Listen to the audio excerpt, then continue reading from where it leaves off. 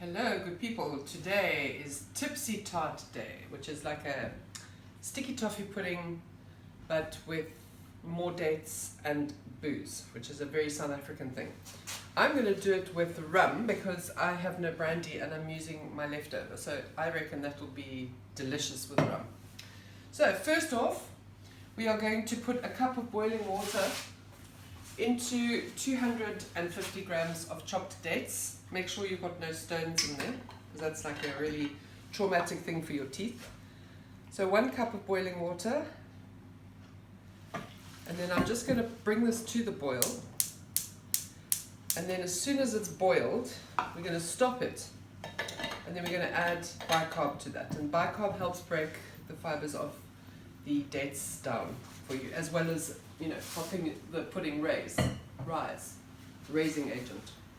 Okay, so that's going to go and take a minute. Let me just tell you the quantities first, because my writing's diabolical, and when I post these recipes, it's really hard for people to read. So it's 250 grams of pitted dates, 1 teaspoon of bicarb, 1 cup of boiling water, that's that section. You have half a cup of butter, 2 eggs, half a cup of sugar. We're going to cream that together, beat it together. Then we have here a teaspoon of cinnamon, half a teaspoon of mixed spice, and 1/4 teaspoon of ginger. So that we're going to add to the flour. And baking powder. There's a teaspoon of baking powder in there. So then we fold that through, and then we're going to add the nuts.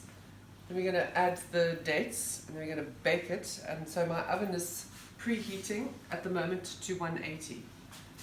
And then we will make a sauce, and then when the pudding comes out and is lovely and hot, we add this beautiful hot sauce to it, which slurps it all up, and it is just heaven. I mean, you need some custard or something, cream or whatever to have in it. It is really the most delicious pudding. Okay, so this has just come to the boil. So now that it's come to the boil, I'm going to switch it off, and I'm going to add my, is it 1 teaspoon? Yeah, 1 teaspoon of bicarb to this.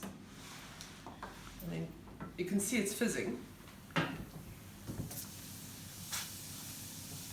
So we're going to leave this to cool now, and this is just going to help break it down.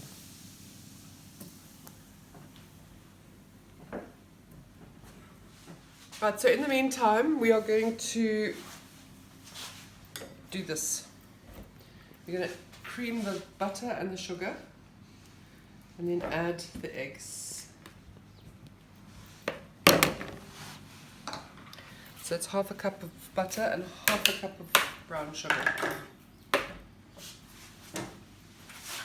And I got my mixer out of storage. Yee!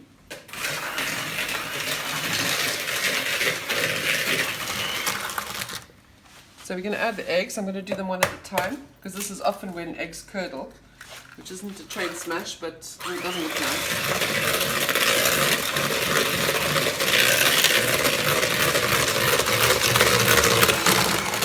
The point of doing them one at a time like this is hopefully that the egg yolk will absorb the fat.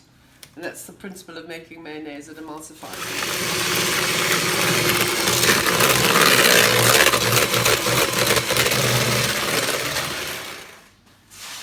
Okay, so we've beaten the eggs in, and I'm going to now add flour, baking powder, spices, and a bit of salt, and fold this in.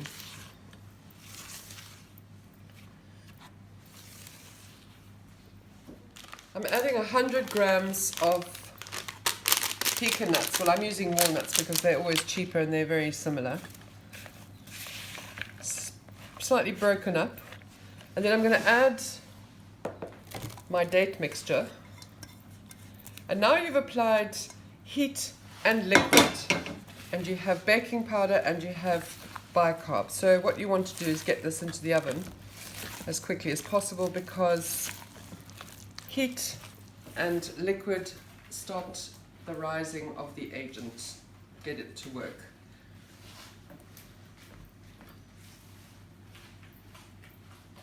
Just make sure there's no clumps of flour there. Right, now here's my dish. Use any oven-proof dish.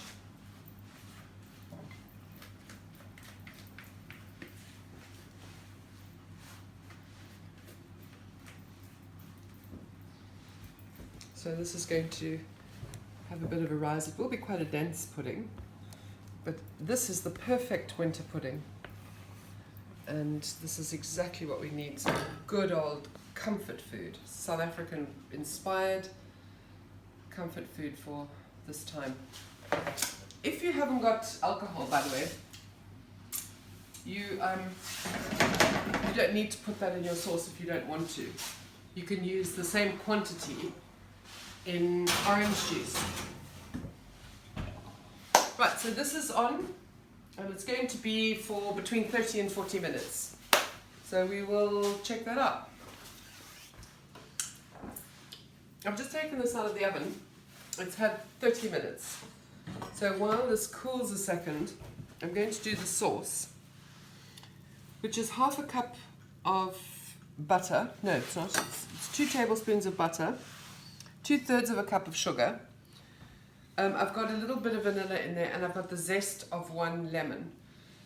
So here I've got 1/4 of a cup of water, and then I'm going to use 1/4 of a cup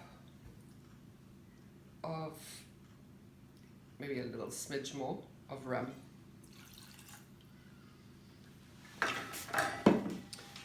So this I'm going to heat up.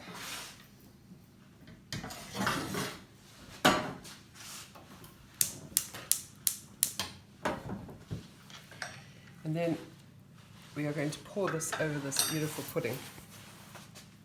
So I've heated up this sauce, and because it hasn't boiled for too long, there's still a little bit of alcohol left inside there. If you want the flavor of the alcohol but you don't want the alcohol per se, then just boil it for longer, and then all the alcohol will come off and you're just left with the residual flavor.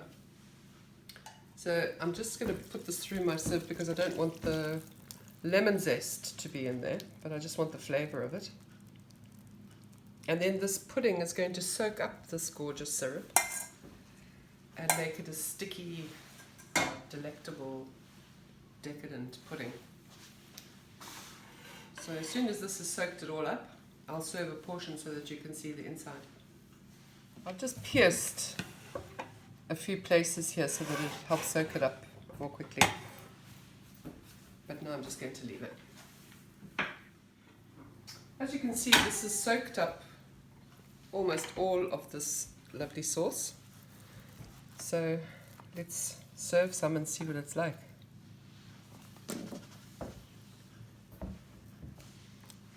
So all this needs is a good dose of custard. And then you have a delicious pudding that we are defying the alcohol ban 1 dreg at a time. I don't know about you, but I am sick and tired of this already. And I really think that we need to ditch our fear and stop this farce. Hashtag end the lockdown, Mzansi. It's enough. Finished. Custard. Glorious custard over this pudding. What is not to love?